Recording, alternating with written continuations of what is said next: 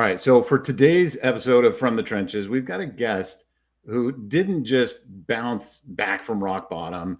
He built a media empire from it. And when I say media empire, I mean million plus subscribers, hundreds of millions of views. Joe Guerrero is the creator of AfterPrisonShow. He took one of the toughest life experiences you can face and turned it into an authentic, I would call a raw and wildly compelling platform that drew millions of views over the last, 9 years, Joe? Yeah, roughly that. Right. But this isn't just a story about like going viral and monetizing content. This is a story about building something from nothing, like a lot of people who watch this have done, pivoting when the world changes and staying relevant when your original momentum might start to fade a little bit. So for the regular audience here, the owners of IT firms, MSPs, other entrepreneurs, there's a thread here that I think you're going to recognize. And that's the grind, the pivot, the evolution. All very, very tough things alone, let alone trying to stack them together. So, Joe, thank you so much for joining and agreeing to meeting with me here. Absolutely. No, I appreciate the opportunity. Oh, right on. So, Joe, you want to give us just a couple moments of your backstory, how you got to where you are, where you started, and the journey that's gotten here so far? Yeah, absolutely. Again, I appreciate the opportunity to share my story with you guys.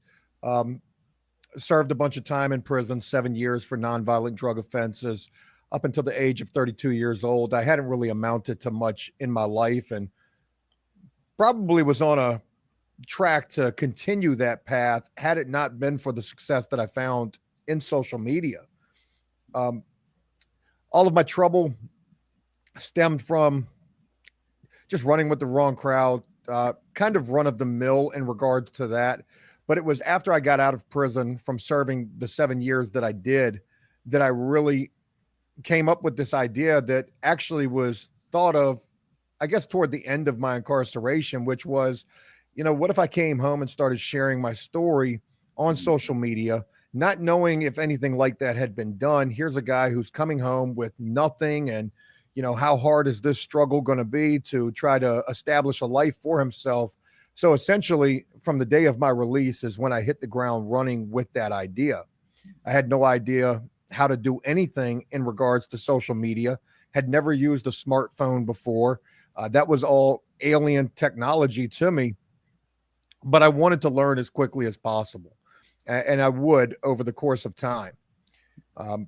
Started creating a bunch of content geared around exactly what my original idea was, which was a guy trying to build back a life for himself after not ever amounting to anything.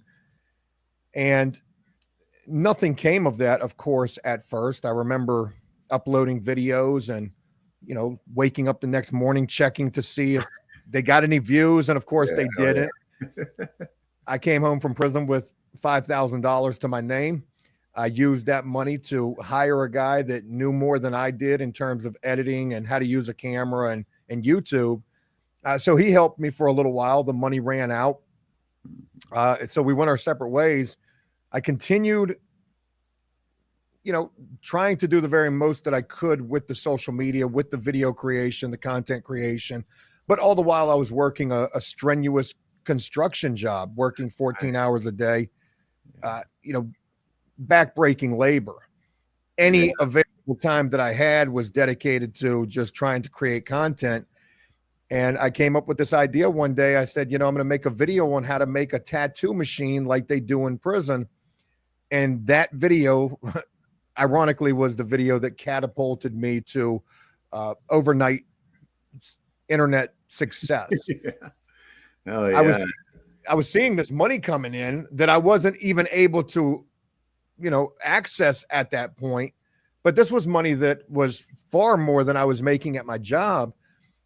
And so eventually I was able to access this money. But at that point, I had made this decision. It was either continue down this path of construction, backbreaking labor, or chase this dream. I ended up putting in my 2 weeks notice. I quit the job. And then I was able to never look back.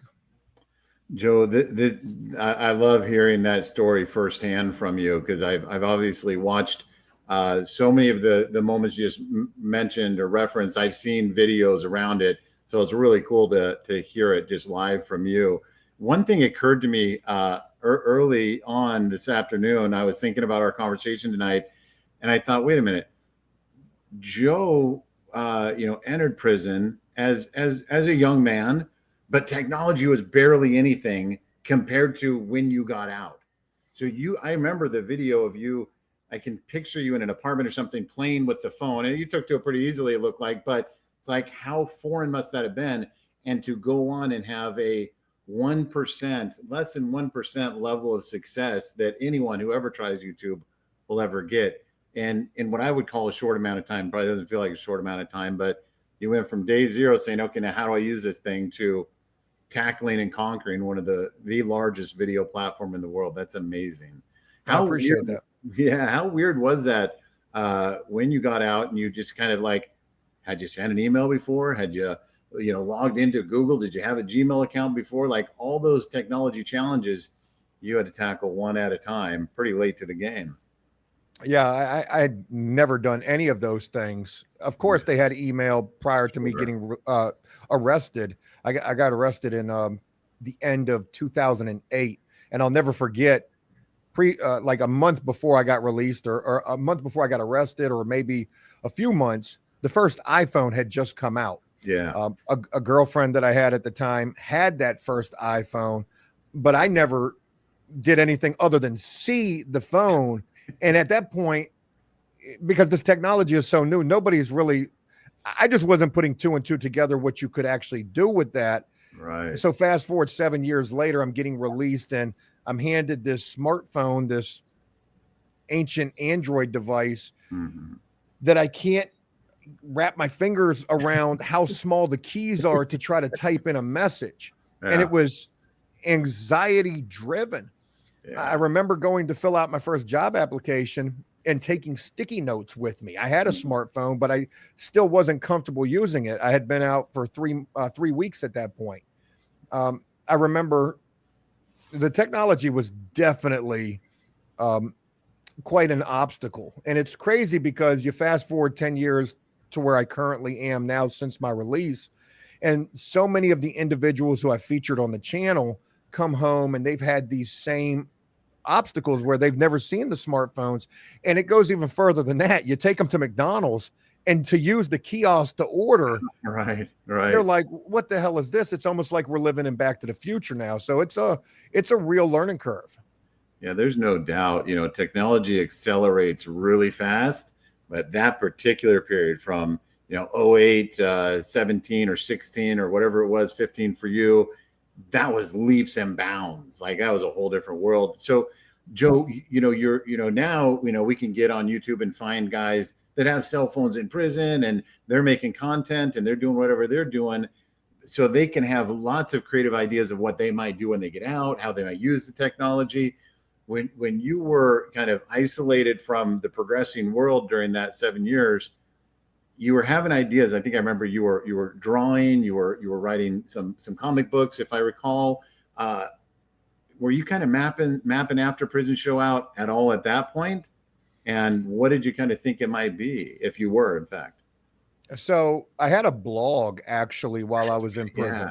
Yeah. And that was only a third party endeavor that I had through a prison pen pal that I would actually recite the blog excerpts to, and then she would type them out and put them on this thing. It was called Joe Writes His Wrongs.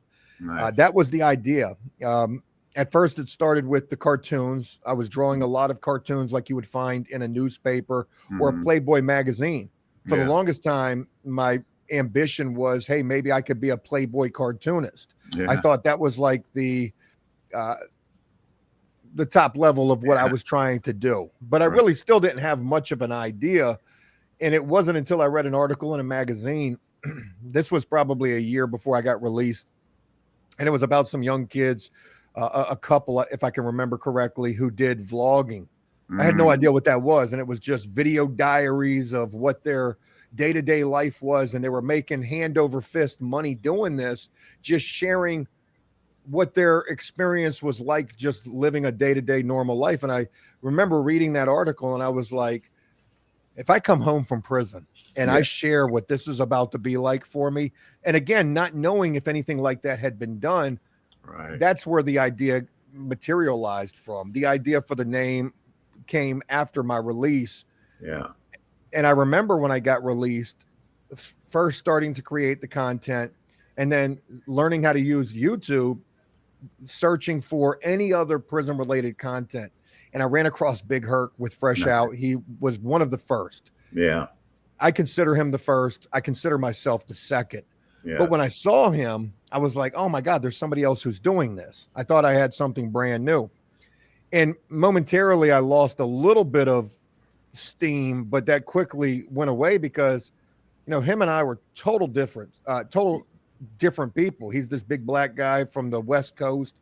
I'm Mhm. this, at the time, tall, scrawny white kid from the East Coast. He did Fed time. I did state time. He's this big, tough guy. I laughed and joked and was able to run in a lot of different crowds and was okay in prison.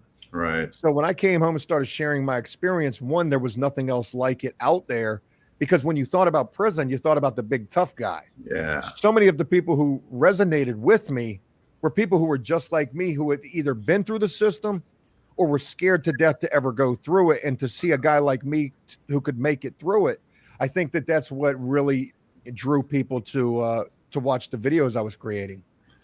There's so much in what you're saying there, Joe. I think there's, a lot of the clients that we work with, they're small business owners. Some of them, get to the heights of hundreds of millions of dollars in revenue. Most of them are in that 2 to 3 million in revenue, which is just an awesome business. But all of them kind of go through this moment where they do something they love. They like to help people. They're doing their craft of IT, and they'll do that for 1 year, 2 year, 3 year, 5 years.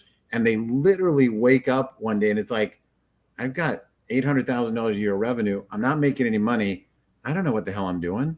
I'm just trying to do this thing I like. And this moment hits them like a ton of bricks that, oh shit, I have a business. I have to run this like a business. I wonder if you ever had a moment like that where it's like, wait a minute, this is all happening.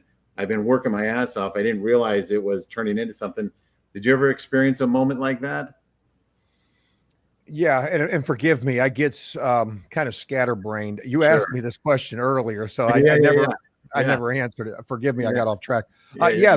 The moment when it felt like a business was the first time I had to go deal with an accountant. And this was 2017, somewhere around there, 2016. I can't remember. I was released in 2015. By the end of 2016, it was a business. I was self-sustaining. I was making decent money, really good money for what I was doing. And the first time I went to see the accountant was definitely when it was a business, when I realized how hard it was for this to be a business, because back during this time, I guess 2017, and being in Virginia, I'm not in some sort of a social media hub like maybe Los Angeles or New York. So, I'm meeting a tax accountant, and they were a large firm, but they had no idea what a content creator as a business was. And they saw that I was making good money, but I had no overhead. And they were like, your business is going to be, you're going to take some major hits in the taxes. And I certainly did. Right. So that's when it definitely resonated with me that, this is definitely a business. Yeah, hell yeah. And I know you had, like so many other small businesses, we kind of hire people who are around us that, oh, you know a little bit more about that than I do, or you're willing to do something that I don't have as much time for anymore. And we just kind of hire the people around us. And you had Cody and Dave and Jellico and all these other people that came into that ecosystem. And in some ways, from the outside, they kind of look like, are they employees? Are they just friends of? And a lot of my clients, their businesses look like that too. Where it's like, well, this person does a little bit of this, keeps the overhead low, but it's kind of hard to really build the organization around. What was your philosophy around, should I hire employees? Should I get a little more overhead? Were you looking for full-time people to come in and say, you take this load, I'll take this load? What was kind of the thought around that? Yeah, for video editing, for sure. To take that workload off of me was the biggest thing. And my guy, Cody, definitely did that. Cody was full-time with me. He lived with me. My buddy Dave, he was just a good friend of mine from in prison. And he was a guy who was unable to work because he had a broken leg. The only work that he could do was construction. So I basically hired him. He was all of these guys were essentially independent contractors. Yeah, That's how it would end up being, not ever an employee, because the business definitely wasn't structured that way.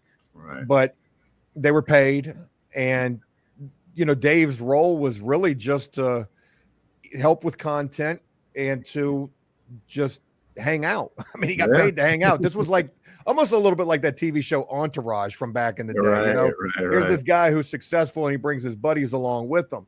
But there were other guys, like an individual by the name of Danny. Danny was one of our biggest fan favorite stories. This happened at the height of my success. He was a guy who had served 40 years. His story was just as insane as it gets. And he had this really captivating way of just sharing his experience. When I met this guy, he was living homeless on a beach. And when I met him, I asked him, forgive me, this is going to just sound horrible, but he had like these devil horns tattooed on his face. He was a small Puerto Rican guy. He was older, late 50s, 60s, somewhere in that regard for age. And he had cop killer tattooed on his forehead. And when I met him, I said, hey, man, I met him at a job fair. Yeah. I said, how much time have you served? He said, I served 40 years and I'm ready to go back right now. I said, get in the car. You're coming with me. Right. And I'm going to make you a star. And that's exactly what ended up happening. And he was on the payroll. He was getting, a weekly allowance, which was essentially a paycheck. I was paying his rent. And a lot of good came from the work that we did together. Unfortunately, it ended badly because this was a guy who had never had anything. And you throw a bunch of money at a guy like that, the prima donna can unfortunately come out. And I don't even blame him for that. I mean, it's just the way that it can be. Joe, I don't know all of your experiences, but what you're talking about right now is every small business. Yeah. I don't know if you realize that. I hired this guy, I hired that guy. My clients love that guy. That guy's gone. How much is my brand going to suffer from having that guy? That guy's great. I brought him in, helped him really kick ass. And now he wants even more money and he's really difficult to work with. That is every small business. I don't love that you had to experience that, but I love seeing that parallel that you went through that same journey as you grew your business, because that's so relatable. As I again, being a frequent watcher, I did see these characters come through, and I remember being really attached to that guy or really loving her story or whatever it was. But it's hard to figure out is for any business, am I the owner, the brand, or is it what I've put together, the brand? How did you kind of face branding issues for yourself? I'm going to be honest with you here. That was one of my biggest struggles. And it was probably one of my biggest downfalls in business. I definitely made a lot of mistakes doing this. There was nobody else that I watched where I could say, okay, well, I don't want to do what he did. Right. So many people have come after me in this genre of prison content creation. And I feel like a lot of them were able to look at the mistakes that I made and say, okay, well, let's not do it the way Joe did it in regards to that. Right. But the branding definitely was a real struggle for me, because there were times when I was extremely popular. And of course, I suffered from the prima donna stuff myself as well. And I'm, big enough to be able to admit that. I was a guy just like so many of these other guys who had nothing, but I built this. That was the thing that kind of separated me from, and it's still kind of a pride issue there. But ultimately, I had to realize that the brand was bigger than me. And when I first started AfterPrisonShow, I said to myself, if this thing ever does anything, I'm going to pay it forward and I'm going to help as many people as I can. And I truly did that. And I truly tried to do that. Unfortunately, in more times than not, it didn't go according to plan. And it usually ended poorly because either a person got in trouble or fell back into addiction or for one of those reasons, or maybe some other reason, them and I fell out. So now I'm looking like the bad guy, but branding was always tough. I go back to the guy, Danny, for example. I was at the height of my success when I met him. And I've told this story before. I say, Danny was the most popular person that I ever featured on the channel outside of myself. However, that could have been almost anybody. It just happened at the time that it did, when everything was going right and I could do no wrong. You reach a point where I'm not the greatest with business, but I've learned so much over the course of these 10 years. I've made more money than I'll ever see again in my life. And with that, you learn a lot of things. And, sometimes when you're on such a upward trajectory with no matter what it is, you really can stand to make some mistakes. And it almost feels like you could do no wrong. But when you're on the opposite side of that, every little mistake that you make could almost be detrimental and the end all. That is so true. And I think that's such an important thing for all of us to remember. It's, you look at like some of these big monster companies like Motorola or Lucent Technology. These were companies that when we study them, it's like you were at the right place at the right time, but you as a leadership and board, you had so much like arrogance or hubris to think that you're brilliant. And when the market starts shifting, or you needed to make these decisions on what you're going to expand into, they thought, oh, well, we're awesome at this. We know business. And it's like, well, now where are you? You are nothing compared to what you once were, as these billion-dollar companies. So I think that all of us fall into that trap. And I love that you can make some mistakes on the way up, but once you're on the way down, little mistakes just are compound. And I don't know if it's any worse being in social media or just any business, but when I put my entire life on the internet, any little mistake that I make, I don't ever hear the end of it, so I think that intensifies it a little bit. Absolutely. And Joe, one of the things that I really, as I was watching, and like maybe it seemed like 21, 20, maybe it's 19, you did something that I thought was really smart. Even though you were still climbing, it was meteoric, you were still saying, okay, how am I going to diversify? And you started talking about other business tracks that you wanted to get into, and you did a lot of them. And I thought that was smart. And then B, I love that from the outside looking in, when it wasn't working, you appeared to pull the plug. You said, I'm not going to chase this. We're out of that one. We're going to try the next thing. So there's lots of pivots, even when things were going awesome. What sparked that kind of innovation idea to say, we got this is great, but we're also going to see what else we can parlay this into? It's a double-edged sword, to be honest. Looking back on it in hindsight, it was probably a mistake to a certain degree to pivot away. And the way that I share that now is I had this thing that was just going so great. Why would I pivot toward anything else to try to build something up when I'm taking away from what's already going so well? But the truth of the matter was, it was fear. I was a guy who had never amounted to anything. And all of a sudden I get all of this success thrown in my lap. I don't have to work for nothing. I literally can sit in a chair in front of a phone or a camera and film videos, and I'm making hand over fist. But I was scared to death the entire time because I knew that it could just be gone tomorrow. It was a popularity contest, which it always will be. You could be the greatest show on earth today, and tomorrow the whole world hates you because somebody else is more relevant. So I knew, without knowing, that the smart move to make would be to try to diversify and to try to get something else that would do well. Unfortunately, most of those ideas that I had were, mediocre and small change ideas. A cleaning service for apartments, there's no money in that. There's a million ideas that I had that were just not the right dream. I look at it now, like, if you're going to diversify, you better pick something that's going to win. And I want to use an example. There's a guy that I run across on Facebook all the time. I don't know him. He always pops up on my recommended people you may know. And he's a concrete contractor.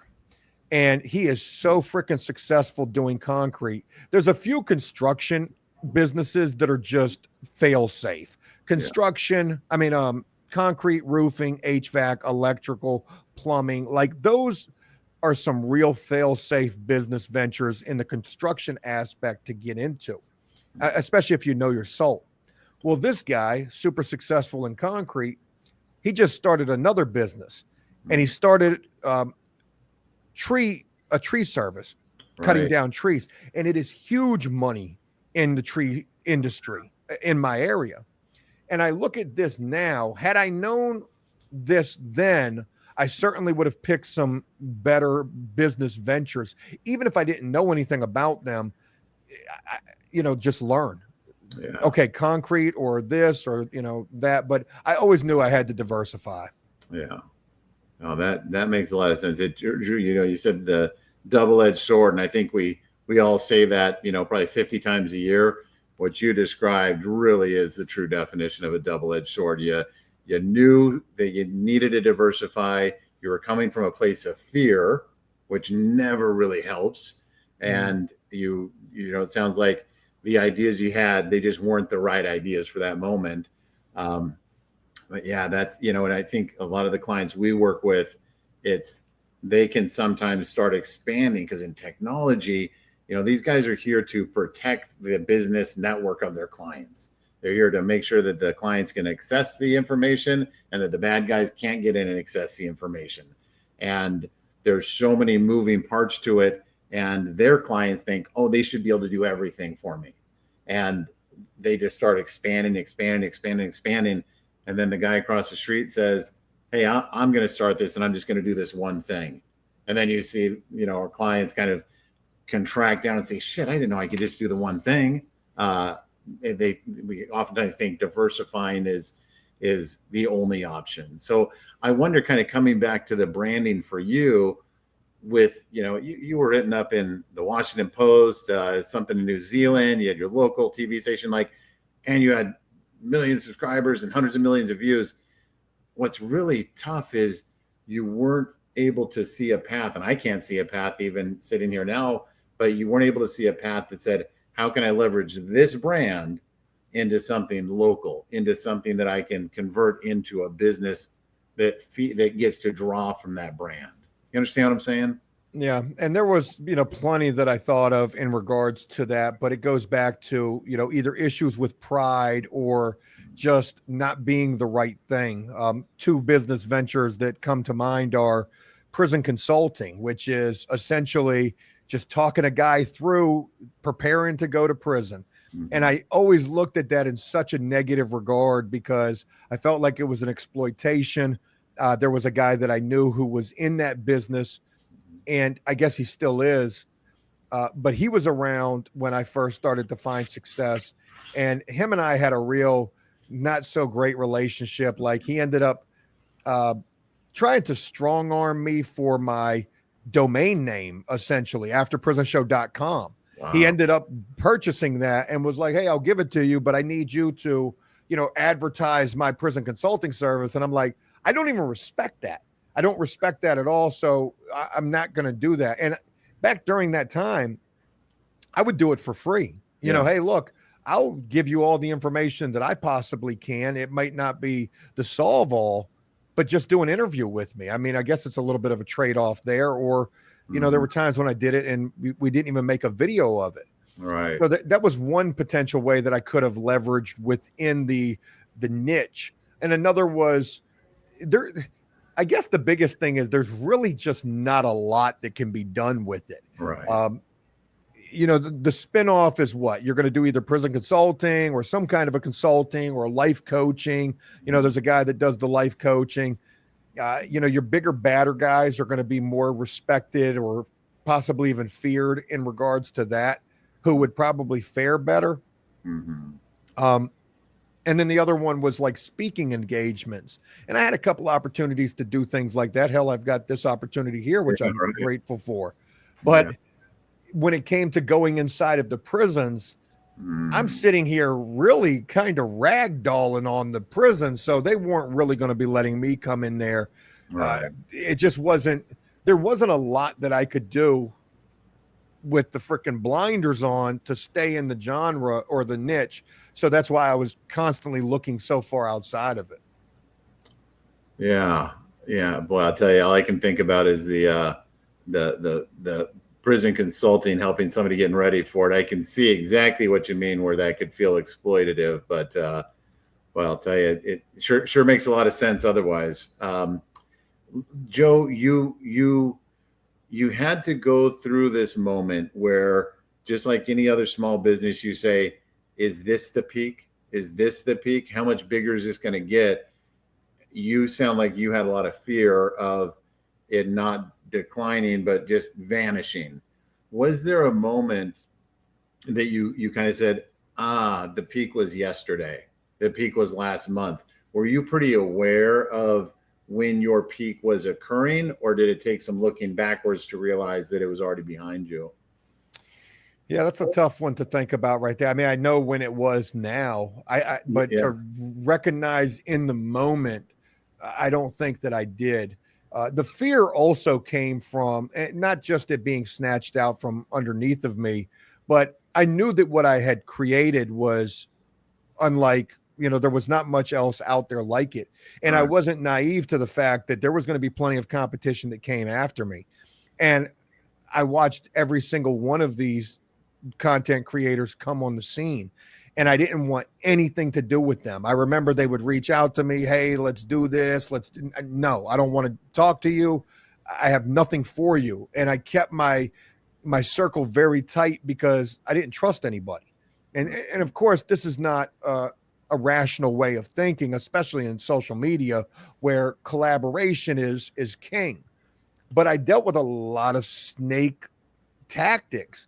One of the bigger guys, not to put any names on anything, but there were definitely just some real snake situations, some real shisty situations, and it's just like anything else in business. You don't know who you can really trust, and it'll be somebody that you meet who you think is a really good person, and they turn around and tomorrow they're your biggest competitor, and they're trying to offer the same thing that you're offering, except doing it and branding it as bigger and better.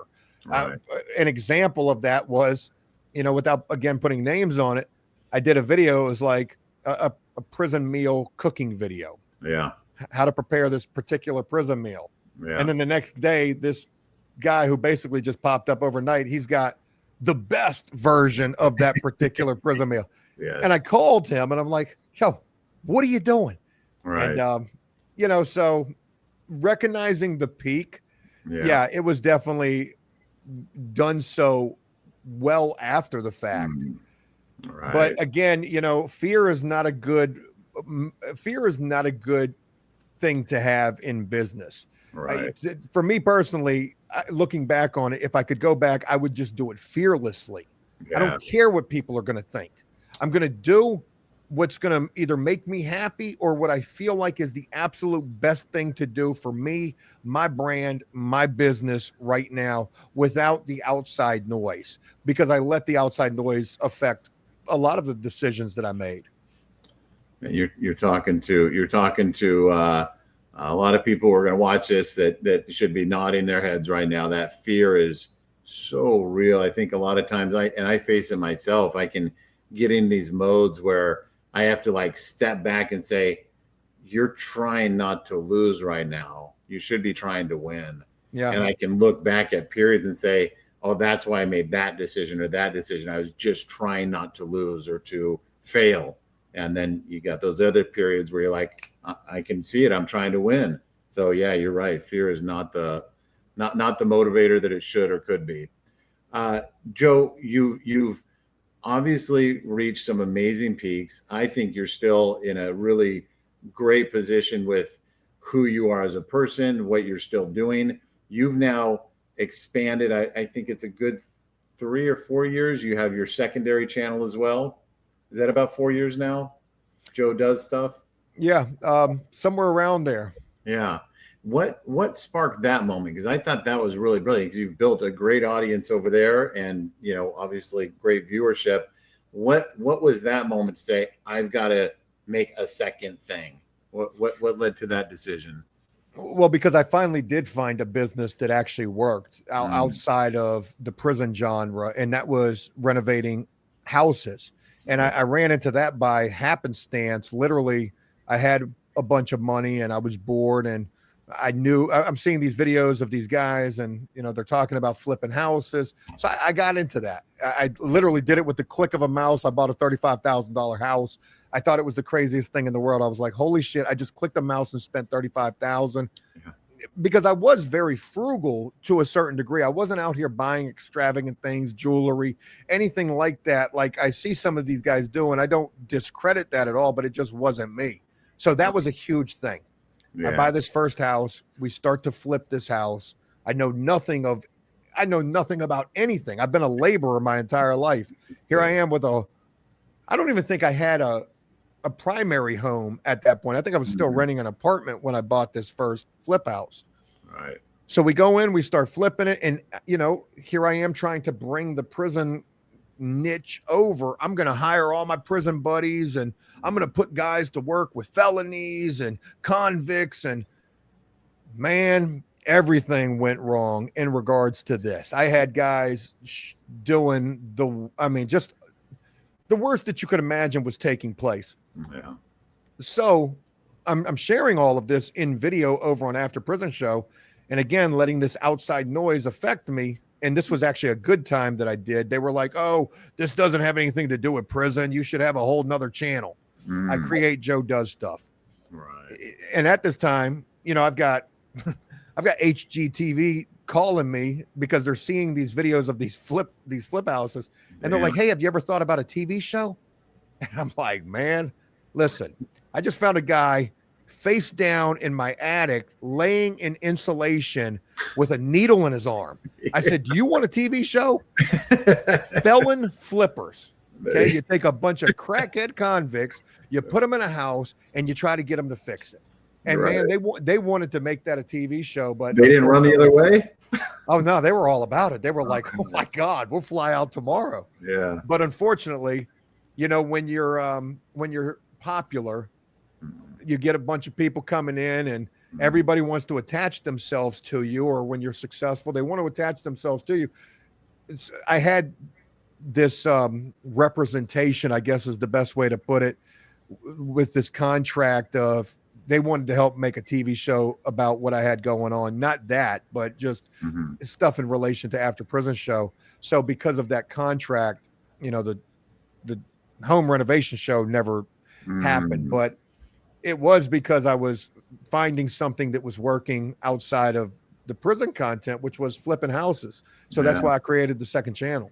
Yeah. Hell yeah. And I think that's that moment right there is just, I hope it's validation to you that you do have awesome ideas. You do have things that people want to be a part of, and that continuing to pivot and just keep trying ideas is exactly the right path. And just, again, like so many of the people that watch this and that I interact with, even one pivot is soul crushing. Like, just absolutely knocks them out. I was with a client earlier today that just, lost the biggest client, broke a bad breakup with a partner. And it's just, you can just see how just beat down he is. And he's an awesome dude and just super smart. But it's like, he's just crushed, and he'll bounce back. But it's like, how long will it take? How long until you get that mojo back that I knew 8 months ago? Because, you've had to do it with a camera in your face the whole time, having an audience of people with all sorts of shitty comments, but you just keep grinding and grinding and grinding. What's on the next kind of, are there some more pivots ahead for you? Do you think you've found something that is going to be an idea worth, really chasing after for a while? Or are you still on the hunt for that next great idea? I mean, truthfully, I'm still on the hunt for the next great idea. AfterPrisonShow has essentially ran its course. It's been 10 years. It's made a lot of success and a lot of memories. And, it made it forged a path essentially, not only for my own personal life, but for a lot of others as well. Not just people who have come to create their own content, but so many people who have reached out to me who have said how After Prison Show has affected them, or how they can relate because of a family member, a father, a son, who's incarcerated right now. It kind of gives them a little sense of understanding, I guess. Mm-hmm. But right now where it's at is definitely my secondary channel. Mm-hmm. It's interesting because even though one channel has over 1 million subscribers, mm-hmm. and the other one only has like 30,000, mm-hmm. it's so much easier to create the content for the smaller channel. And I don't understand why that is, but I guess maybe that's just because it's the fresh thing right now for me. Mm-hmm. But I find myself going back into the construction. I mm-hmm. enjoy the work. It gives me a sense of purpose. I'm able to film it. Mm-hmm. It makes for some really good content. I'm building a little small handyman service type of a business, mm-hmm. with a double-edged sword type of a double purpose, obviously, to have the work and to have something to do and to put my good friend to work, mm-hmm. but also for the content, especially. And, just starting this off, hell, I just started it Monday of this week, as a matter of fact. Oh, and wow. It's already taken off. I've got 2 clients. I've done 2 jobs. Both of these customers are excited for more work. Mm-hmm. I was over at one of the customers' houses today, and we were doing some little small repair work. And he had asked me yesterday when we were over there, he said, "Hey, I've got a bunch of exterior work. Beautiful home, but it's the ugliest house in the neighborhood. It's in a great neighborhood. It's worth a lot of money. It needs a lot of work." And he wants to sell it. So I'm like, "Yeah, I'll give you a price for doing some work." Well, we're over there today, and this big fish, like I like to refer to as, pulls up. Better looking truck than mine, brand new truck. Yeah. He's this big, well-dressed guy, got the tablet. Mm-hmm. And he's like, "Hey, are you in there doing the drywall work?" And I said, "Yeah." I said, "I guess you're here to look at the exterior work." He said, "Yeah, we're going to do everything." Mm. He said, "I'm a contractor and I'm a broker." Mm. And I'm like, okay. So it kind of took a little bit of wind out of my sails, but that quickly went away because I was like, man, forget this guy. He's going to go in here and he's going to sell this homeowner all of this work, and it's going to be astronomical in price. Mm-hmm. I said, that's great for me because I don't need to do all of the work that he's offering. I just need to do a couple of these little jobs. And now I can put the price even higher than I was going to put it because I know that he's going to put it, really high. Absolutely. I'm only sharing this with you, and I forgive me for being long-winded, but I want to go back to what you had mentioned. You're either running out of fear or you're running out of the desire to win. Right. When it comes to After Prison Show, I've ran out of fear for so long. But when it comes to Joe Does Stuff, I run out of this desire to win. Hell and yeah. I think that can come in like peaks and valleys. Oh, when you're up, and when you're down. But you have to keep this in mind, and I've had to do this so much. Like when you are down, you got to get out of that fear of losing. Oh my God, what if? So what? Hey, you lose it all. What's the worst that's going to happen? Right. You'll end up in federal prison. That's the absolute worst that happens. Okay. And to be honest, they got some pretty sweet places to do time at. So listen, if that's the worst, then we're going to chase this damn success to the wheels fall off. Yeah, man. I want to be that guy. I want to be the guy who's pulling up in the brand new truck with the tablet. Yeah. And he's just enjoying his life. Yeah. And I did that for a long time. Yeah. And now I'm chasing it again. That's right. That's beautiful. That is, it is always hard, for my clients, myself. There's a lot of parallels here. I'll go back to, something you said earlier about, I know I would call you a pioneer in this genre, and seeing these other guys come forward and, take attention and views and do it differently. And then kind of always kind of retracting into yourself and not being like, I want to be part of this club or I want to interact and collab with everyone. I've done the same thing myself. I've helped, at least 3 of my competitors get started. and just kind of, still like them, love them, but I'm not here to collab with you. You guys do your own thing. And they did something a little different than me. And it's like, oh, you went to the moon. Like you did this so much better than I have. And it's hard and it'll wear you down. And when you see them pulling up, working to get the same client you're working for, it's like, it's a little demoralizing. It can really be a drag, but I love how you're like, forget that guy. You saw it, you felt it for a moment, you didn't sit in it.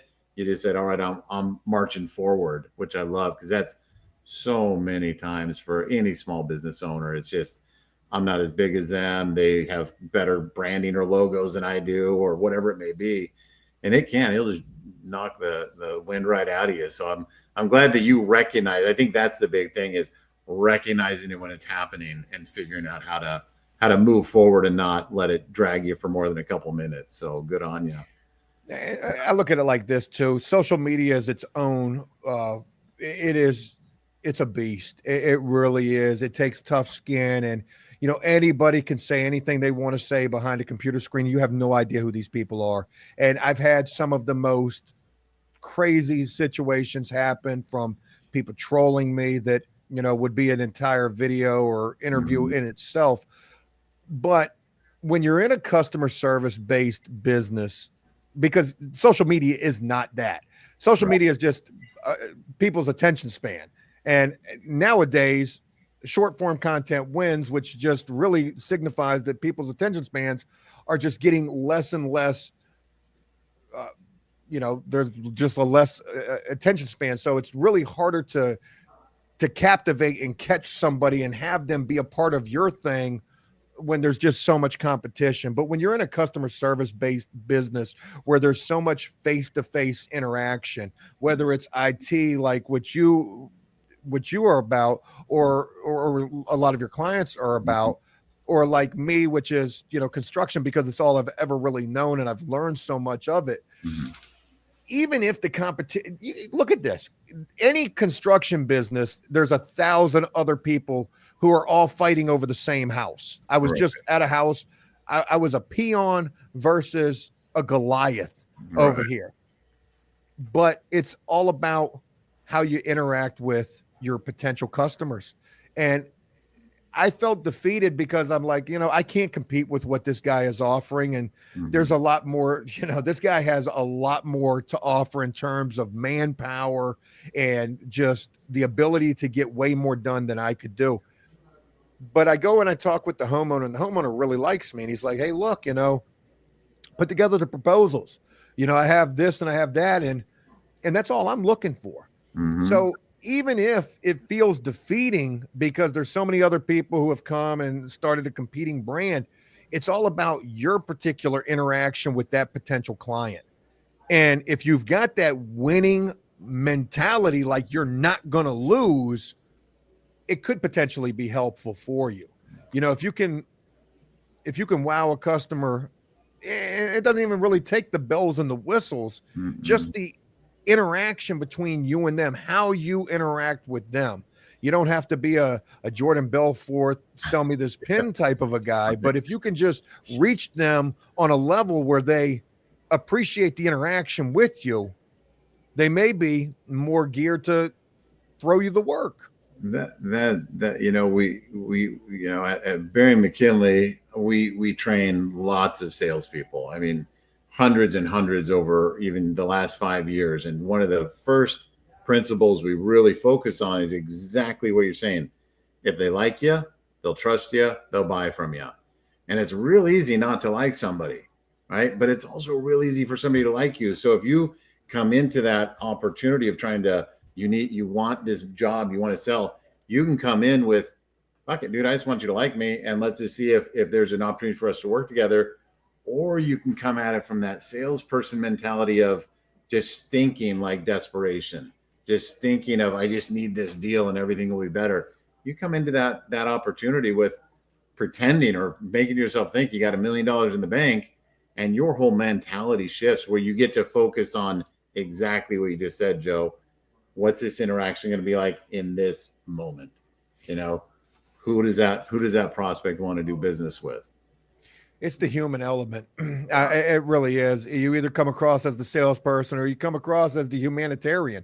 And if you can reach them on that level of just being a decent enough person, they'll probably be more inclined to do business with you. I had, after renovating homes for a couple of years and then starting a pretty large painting and renovations business that dealt with primarily apartments, which was a huge mistake, and that's just a totally different topic. Sure. But after I shut the doors on that business, separate myself a year later, I feel it's about been, since I closed that business down, that I'm starting to get back into the work. Well, I'm going about finding customers any way that I can. I found one customer on Craigslist. I found another customer on Facebook Marketplace. These are unorthodox methods of trying to do grassroots advertising. I didn't pay for either of these two leads that yielded customers. That's when I go to meet with the both of them, I tell them the truth. Hey, I used to have a business. I had to shut the doors on it because work slowed up and I couldn't afford the overhead, but I'm still highly qualified to do what you need done. I still have the damn website from that business so you can see all the work that I did. And they appreciate the human level of failure.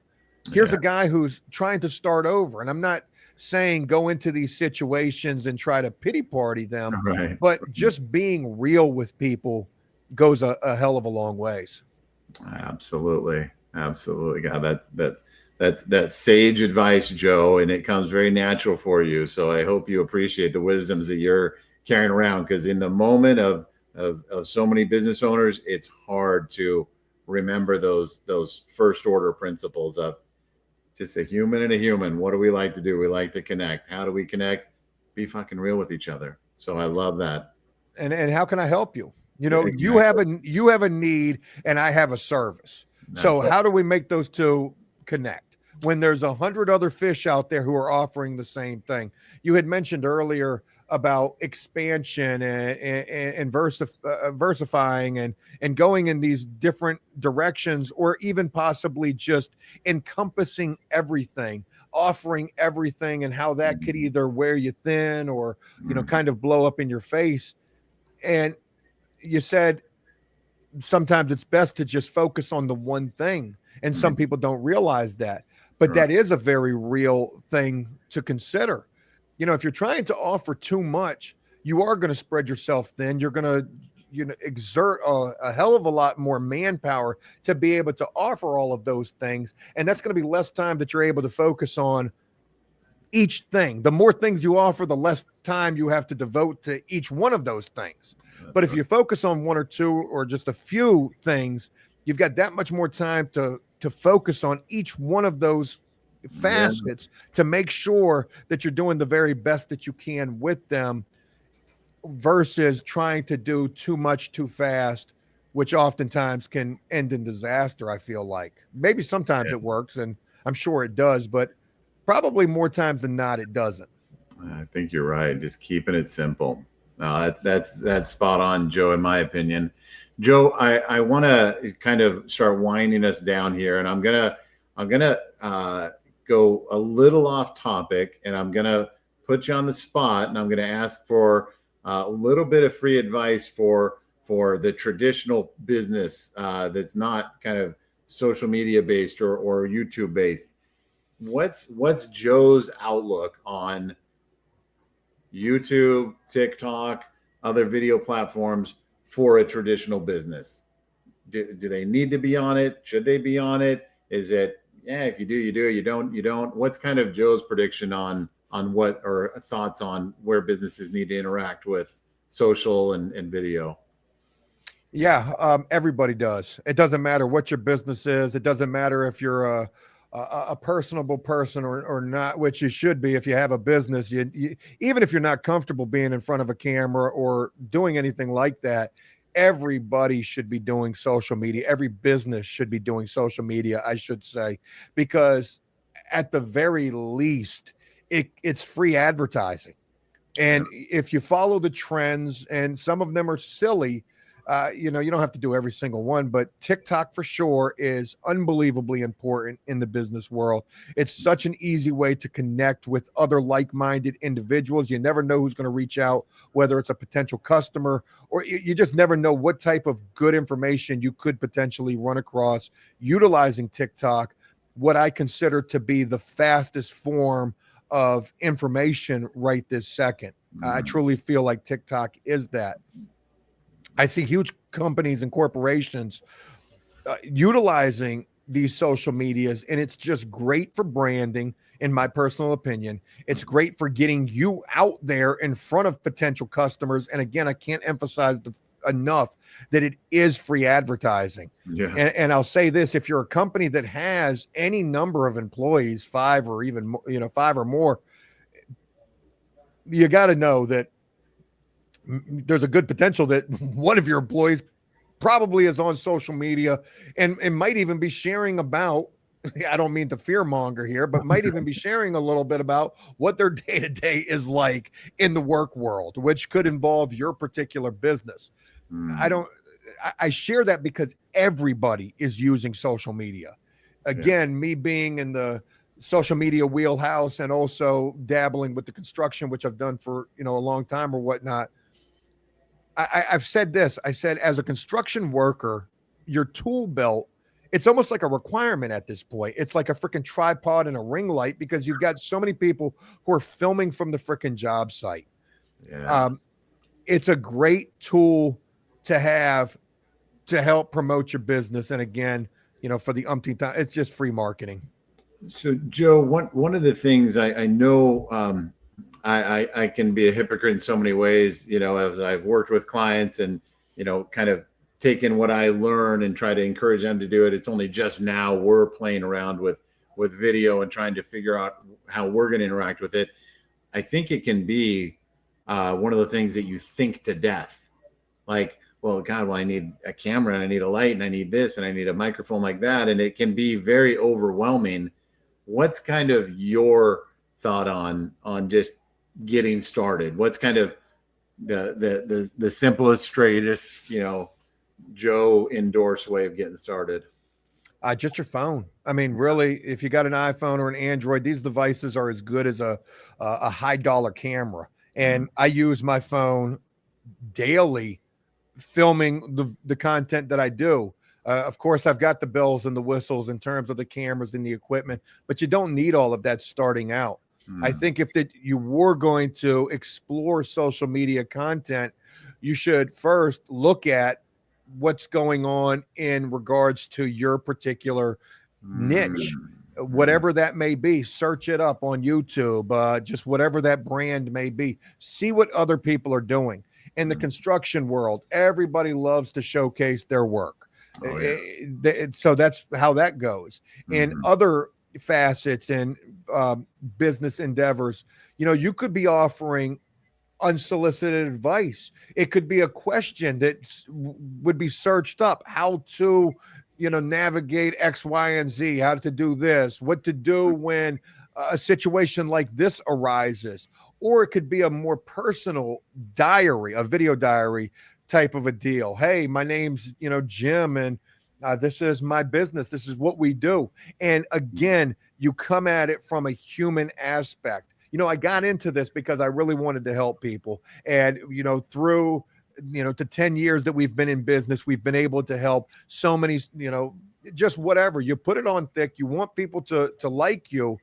And again, it's just going to bring more eyes to whatever service it is that you offer. So just do it. You already have the phone. Just start recording is what it sounds like. And even if you don't do anything with that, just try it. It'll be the weirdest damn thing you ever do in your life, trying to film a video about yourself. If you've never done it, it'll be the weirdest thing. And then when you watch it back, you're going to want to destroy it and make sure nobody ever sees it. However, don't do that. Sit on that for about a week and try it again, because it's going to take some getting used to. And I'm not saying that you need to put, all your business out there. That's not what it should be. But it certainly doesn't hurt having a presence on any number of these social media sites: TikTok, YouTube, Facebook. Those three for certain are great opportunities that could bring in new clientele or any number of positive things your way. Yeah, that's awesome, Joe. Well, I appreciate you taking that last couple minutes with us. I think that's as simple and as straightforward as you delivered that message. I know so many of us are going to complicate it in our heads and think of yeah buts, but your clarity was really insightful. I hope that we can come together again and talk maybe even more social media, even more video, as I know my clients have a lot of curiosity in it, and I know they're confused, and you definitely have a way of breaking things down. So I hope we'll see each other again in that manner as well, Joe. Oh yeah, for sure. I'd love to share with you the pros and the cons, because like anything that's good, there's certainly some negative that could come from it. But the pros certainly outweigh that. Hell yeah. Well, Joe, where can people find you these days? Where should they be looking up what Joe's up to? Either After Prison Show on YouTube or Joe Does Stuff. More so nowadays over on Joe Does Stuff. I upload more frequently there, but definitely check me out. I'd love to see you. Hell yeah. Awesome, Joe. Thank you. Hey, appreciate it.